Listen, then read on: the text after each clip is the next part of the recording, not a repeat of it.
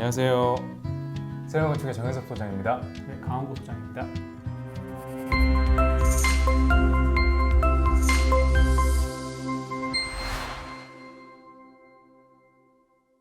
오늘은 저희 생활건축이 답사를 다녀왔는데요. 이제 답사 갔던 공간들이 좋았던 것들이 있어서 같이 한번 소개를 해드리는 시간으로 만들어봤습니다. 저희 생활건축은 이제 매달 좋은 공간, 혹은 뭐 새로 생긴 공간 이런데 좀 가보려고 매달 한 번씩 이제 답사 일정을 잡고 있는데요. 저희가 오늘 나눌 거는 이제 1월 말에 갔다 왔던 데죠. 어디죠? 3분초 쉼터. 정확히 네. 3분초 쉼터. 그게 무슨 말이죠? 3분 초소. 군대인가요? 그렇죠. 원래 초소였던 거죠. 인왕산에 있는 초소를 쉼터로 이제 바꾸면서 어떻게 가야 되나요?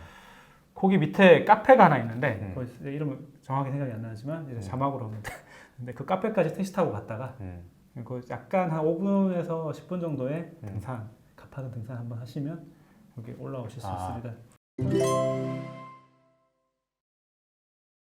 제일 좋았던 게 말 그대로 쉼터인데 근데 공간을 딱 들어갔는데 앞에 그냥 그 숲, 나무들밖에 안 보이는 거잖아요. 근데 심지어 이제 구조체도 목재라서 건물도 나무고 이제 외부에 보이는 풍경도 나무고 그리고 저 멀리 있는 원경도 이제 산, 뭐 자연. 그러니까 도심지에서 조금만 우리가 벗어나도 서울 시내 이런 데가 있구나 막 그런 느낌, 평화로운 느낌을 받았었는데 어떤가요? 일단 이 내부로 들어가기 위한 과정 자체가 딱 뒤로 돌아서 가잖아요. 레벨을 따라서 어떤 구조물들을 지나서 몇 계단 내려가서 이 내부로 진입하는 그 과정 자체가 내부로 들어갔을 때 펼쳐진 풍경을 더 극적으로 보여주는 동선이 아니었나 하는 생각이 흔히 말하는 이제 뭐 건축적 산책로 이런 건가요? 이렇게 돌아서 이렇게 뒤로 들어가는 거예요. 저는 솔직히 그 말 자체가 사실 이해는 안 가는데 어렸을 때부터 이거 뭐 산책로? 산책로라는 말 자체가 써서 그렇지 뭐 건물 어쨌든 근데 요즘 사람들은 그 인스타라는 이미지를 보고 가는 사람들이 이제 다 대부분일 거란 말이에요. 그럼 인스타에는 보통 보면 이 건물 내부에서 펼쳐진 풍경들을 다 보여주고 있어요. 이게 내가 가면 이 풍경을 볼 수 있겠지? 라고 가는데 뭐지? 길이 왜 이러지? 하면서 뭔가 뒤로 돌아가게끔 만드는 유도하는 것도 어쨌든 이 사람들은 그게 인상적이지 느끼지 못하더라도 그런 과정을 만드는 것 자체가 어떤 건축의 행위이지 않을까. 그게 생각해 보면 그 조금 거슬러 보면 근대 건축가의 그 유명하신 르꼬르비제라고 있으시나요? 그런 롱샹 성당 이런 것도 보면은 이렇게 밑에서 언덕 위에 있는 그 성당을 접근할 때 옆에서 이렇게 돌아서 접근하면서 성당을 보면서 이렇게 접근하는 그 진입로가 옆으로 그런 것도 있고 더 거슬러 올라가면 이제 뭐 파르테논 신전 이런 신전 같은 건축물들이 이제 그런 식으로 접근을 하게끔 돼 있는 걸로 알고 있어요. 이제 그런 접근 방식 물론 이제 얘는 이제 신전이나 뭐 그런 건 아니지만 너무 멀리 가는. 근데 이제 그런 식의 그 접근 방법이 왜 좋은지를 이제 저도 생각해 보니까 옛날부터 그런 의도가 있어서 쓰지 않았을까라는 생각이 드네요. 지금 말 들어보니까. 그래서 저도 이제 갔을 때 딱 그 느낌을 받았거든요. 저기 건물이 이렇게 언덕을 쭉 올라가는데 안 보여. 막 언제 올라가도 힘들게 올라가는데 건물은 언제 보일까 하다가 이제 옆을 이렇게 돌아서 그 성곽이 있잖아요. 성곽이 딱 보이면서 이제 옆으로 쭉 돌아가면서 건물이 조금씩 보이기 시작하고 그 뒤쪽으로 그래서 아예 건물 옆을 지나 뒤쪽으로 들어가서 이제 문을 딱 열고 들어가는 순간 그 건물의 그 프레임워크가 작동을 하는 거잖아요. 그래서 딱 그 나무들만 보이고 그리고 또 한 가지 제 생각에는 내부 공간 딱 들어서면 이게 뭐 카페나 특정한 기능이 있는 공간이 아니라 쉼터라는 개념에서 밖을 내다보게 되니까 방향이 딱 그 한 방향으로 다 나눠지더라고요. 보통이 뭐 카페 가면은 이제 옹기종기 모여 있거나 테이블 중심으로 할 수 있는데 얘네들은 거기 앉아 있으신 분들도 그렇고 딱 그 한 방향에서 다 앉아가지고 뭔가 사색에 잠기는 그런 풍경들이 되게 좋았던 것 같아요. 저는. 더군다나 이제 이런 공간이 그냥 공짜잖아요. 힘들게 올라간 대가를 이제 제대로 누릴 수 있는 그런 조용한 공간인 것 같아요. 근데 좀 많이 알려지고 이러면 사람들 너무 많아가지고 또 좀 이렇게 쉼터 역할을 제대로 할까 싶기도 하고. 그러니까 쉬려면 사람이 없는 게 좋은데 일단은 뭐 사실 가기에는 접근하기 쉽지는 않은 것 같아요. 쉽지는 않은데 한 번은 꼭 가볼 만한 공간이 있고 또 여기서 사실 얘기 빠뜨릴 수 없는 게 재료인 것 같아요. 저는 어떤 재료가 제일 인상 깊었던 것 같아요. 전 두 가지인데 일단은 외부에서는 그 그렇죠. 알루미늄 프로파일이라고 하는 그 가벼운 알루미늄의 그 뭐 루버 같이 생긴 이렇게 프로파일이 있어요.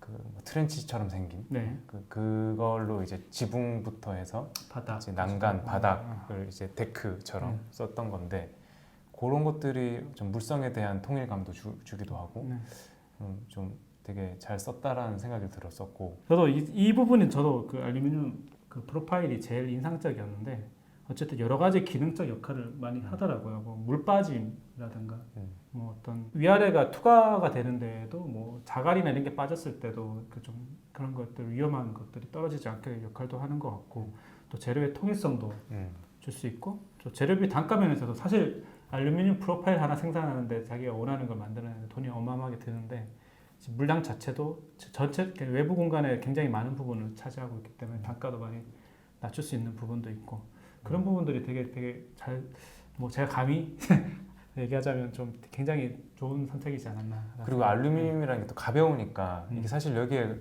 저는 그쵸. 거기서 공사를 어떻게 했을까 싶거든요. 그러니까 도로도 없어요. 도로가 없는데 위쪽으로 뭔가 통하긴 해요. 차들이 지나가긴 하는 것 같은데 좀 거리는 좀 있었던 것 같더라고요. 근데 보니까 거기 모노레일이라고 네. 이렇게 밑에 쪽에서 도로랑 연결된 모노레일이 이렇게 설치가 돼 있는데 아마 그쪽으로 재료를 옮기지 않았을까라는 추측을 해보는데 누가 시공했지 한번 물어봐야겠네. 공사도 아마 이 콘크리트 공사는 아마 다 제외시켰던 것 같아요. 그래서 일부러 다 목조로도 하고. 네, 목조로 그래서 다음 좋았던 재료가 이제 사실 목조 부분이에요. 내부 마감이 거의 다 이제 다 나무로 되어 있는. 유리 빼곤 다 나무밖에 안 보이죠 사실. 실제로는 이제 창에는 알루미늄 파일이 있을 거예요. 프로파일이 있을 거고, 근데 그 주변을 나무로 싼 거죠. 그래서 좀 더 그 자연 속에 있는 따뜻한 느낌을 연출하려는 그 나무 자연스러운 느낌을 연출하려고 했던 것 같아요. 특히나 보면은 거기다가 이제 스테인이라고 하죠. 나무에 칠하는 것들. 색깔 내는 거. 보통은 이제 뭐 바니쉬라든가 뭐 이게 뭐 유성의 제품이라든가 코팅된다든가 그렇게 많이 쓰는데 여기는 좀 그런 것들 사용해서 그런지 훨씬 더 내추럴한 느낌이 많이 나는 것 같더라고요. 그리고 여기는 마루, 그러니까 바닥도 다 이제 그 나무로 마루로 깔았더라고요.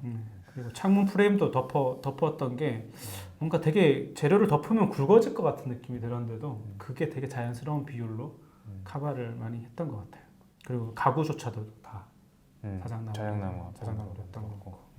그래서 앞에 있는 그 3면, 그러니까 전면하고 양쪽 면이 다 유리였다는 게 되게 좋았고 오히려 그 완전 정면도 되게 좋은데 약간 코너 부위도 되게 좋고 그다음에 이게 뭐 설계 단계에서 당연히 생각이 된 것 같은데 그 기둥 자체가 안쪽에 이제 그 앞에 있는 파사드, 그러니까 유리면보다 안쪽에 들어와 있죠.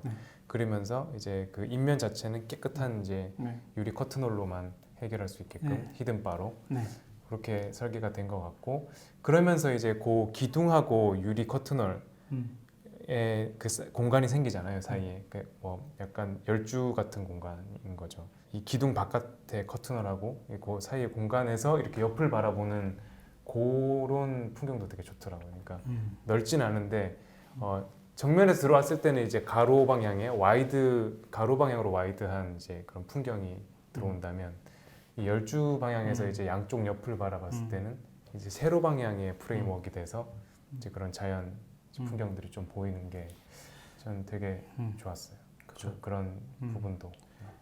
뭐 기둥 같은 경우도 사실 되게 뭐 시선의 방해 요소가 될 수도 있지만 어쨌든 구조적으로 필수적으로 필요한 부분이기 때문에 각 위치마다 있는데 기둥하고 천장이 만나는 부분도 되게 인상적이었어요. 맞아요. 네. 그래서 기둥의 어떤 그런 선들을 살려주면서 천장하고 이렇게 겹치는 부분을 좀 선적인 요소들을 잘 살리는 것 같아요. 기둥이 이렇게 올라가는 부분에 천장은 또 이렇게 푹 파여 있죠.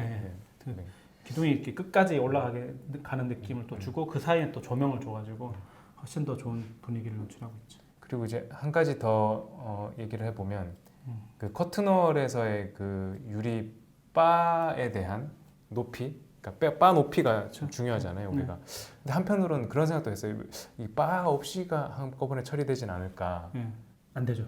그렇죠. 왜 안 되는? 이제 그건 이제 사실 되게 기술 뭐 물리적인 건데 유리가 3m 이상이 안 돼서 이제 그런 거잖아요. 3m, 3m. 네. 그러다 보니까 이제 어쩔 수 없이 중간에 그 시창 전면 중간에 중간 가로지른 이 바를 커튼을 바를 하나를 보내야 돼요. 근데 그 높이 설정도 되게 중요하잖아요. 그렇죠. 여기서는 어떻게 했죠? 여기 보니까 밑에서 뭐 한 6, 70 정도, 90 정도인가요? 하여튼 시야를 가리지 않는 정도의 그 높이를 아예 설정을 해가지고 이제 비례를 이제 위쪽엔 넓고 밑에는 낮게. 그래서 앉아서도 이제 풍경이 가리지 않는 그 높이 정도로 설정을 했던 것 같고. 그다음에 또 뭐 특이하다기보다는 찾았던 건 이제 전면에는 환기창이 없죠.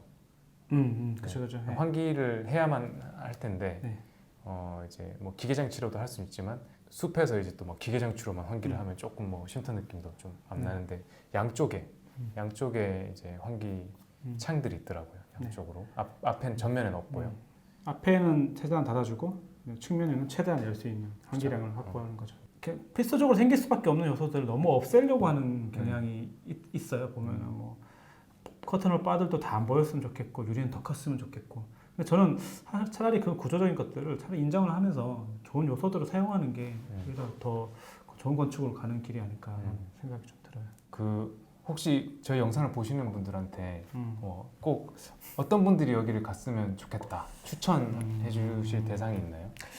되게 야외 아웃도어 레저 이런 거 뭐 등산 이런 거 좋아하시는 분들이 뭐 인왕산 성곽길 한번 돌아다니시다가 꼭 이런 공간 내부 공간을 한번 느끼고 오는 게 되게 그런 트레킹 코스나 이런 외부 공간 활동에 있어서 굉장히 풍요로운 걸 주는 것 같아요. 그래서 연인끼리도 이런 성곽길 되게 좋거든요. 그 한번 갔다 오시고 요즘에 등산 또 트렌드잖아요. 그러면 연인들한테 추천하시는 거예요? 뭐 연인들도 그렇고 서울의 어떤 풍경들을 좀 즐기고자 하는 좀 그러신 분들. 택시 타고 가지 말고 성곽길을 처음부터 이렇게 걸어서 올라가면서 조금 힘든데 그래서 하루의 어떤 만족감을 채워주기에는 여기가 굉장히 말 그대로 좋은 쉼터가 될 수 있는 곳이라고 생각을 하는 거죠. 그럼 전 소장님은 어떤 분에게 추천해 주시고 계신가요? 저는 이제 저희 이제 고객분들한테 집을 지으실 때 이제 뭔가 자연환경에다가 집을 지으시는 분들, 그러니까 뭐 전원주택이라든지 아니면 이제 친환경 건축에 관심이 있으시다거나 이제 목조 주택, 목조로 된 건물 이런 데 관심이 있으신 분들은 한번 꼭 가보셨으면 좋겠어요. 그러니까 이 풍경을 이제 활용하는 방법, 착용이라고 하잖아요. 한국에서는 착용하는 그 방법, 그 다음에 목조를 어떻게 쓰는지 뭐 그런 것들이 되게 잘 나와 있어서 풍경에 대한 그 배치, 그러니까 건물의 배치도 되게 중요하잖아요. 그런 것들도 되게 좋더라고요. 네. 답살 잘 갔다 왔네요, 결론. 이제 되게 좋았어요. 이 시간에는 인왕산에 있는 3분초 쉼터를 한번 소개해드렸습니다. 네. 도움이 되셨다면 구독과 좋아요 부탁드립니다. 감사합니다.